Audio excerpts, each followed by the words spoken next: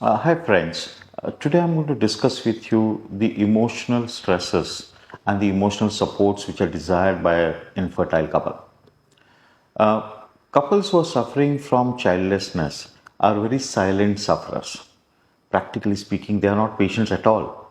They are healthy individuals, but because of childlessness, they feel physically inadequate, sometimes even sexually inadequate, and they are quite emotionally disturbed.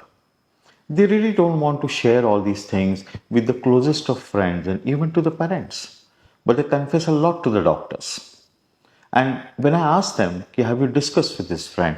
And sometimes, I got some funny replies to that. Somebody says, "Well, it feels when I'm disclosing all this to my friend, I'm just getting that gentleman to my bedroom." So it is such a private and coveted aspects of one's life that they really are not disclosing these things, but are internally continuously suffering. The husband as well as wife both are emotionally disturbed. And that may lead to some kind of irritation, some kind of misbehavior in the form of anger overexpressed by these individuals.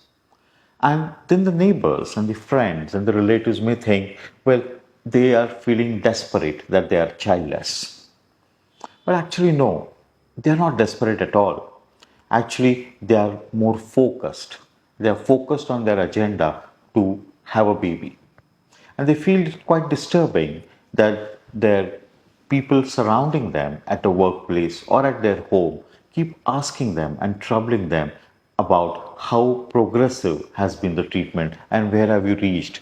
Are you concerned or not? As if they themselves are not showing concern towards their childlessness. So, my one earnest request to all the family members and the relatives is don't talk of their childlessness in front of people in public. It's a very private aspect. You can speak to them very gently, saying that, "Can I ask you a very emotional question or a request to know more about this?" Or if you feel it's very awkward, you need not mention much more. We can always change the subject and go ahead. You maintain a much transparency in that because they don't want this to be gossiped at any cost. Secondly, they need an immense support many times because these treatments are pretty long.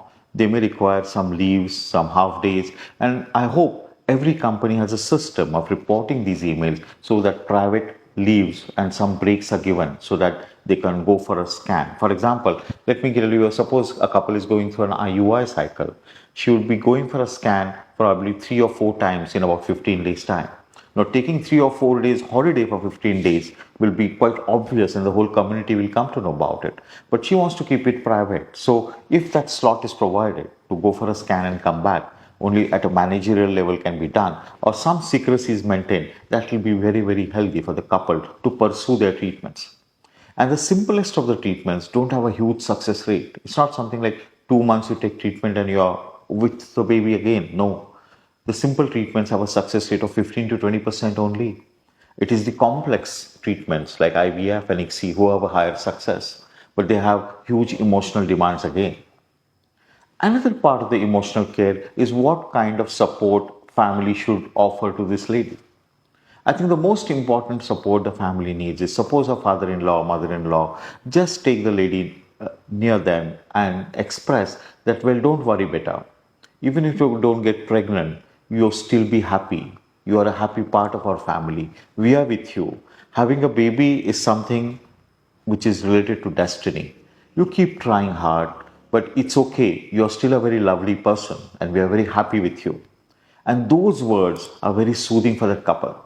Unfortunately, many times the inquiries go on, and many times the parents relate their uh, egos or their level in their community to their kids having a baby or not having a baby. I think that's not the right way to put it.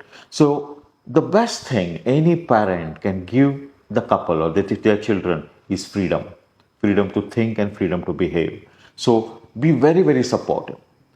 Third aspect is many times the wives are plumpy, and these plumpy wives or overweight wives have to reduce weight to improvise on their health and improvise on their reproductive potential so that they can get pregnant faster. And whenever I say, well, you have to go for diet, What is the role of the husband? The husband's role, I feel, is to be very, very supportive. If the husband can come out saying that, well, if you're dieting, if you're not going out to the hotels, if you're stopping your parties, let me do that as well. I'll be with you. If you're walking 5 kilometers, I'll give you company. On Sundays, I will accompany you for the trek. If you're gymming, let me accompany you for the gym. I'll follow the same regimen as you. Then she doesn't feel away, she feels inclusive, and she comes to know the commitment of the family comes much closer, and probably the reproductive successes are more. As it is, there is huge amount of stress in India. On top of that, not childlessness adds to a very silent severe stress. It's our duty as a community and family members to reduce that stress to its minimal level. Thank you.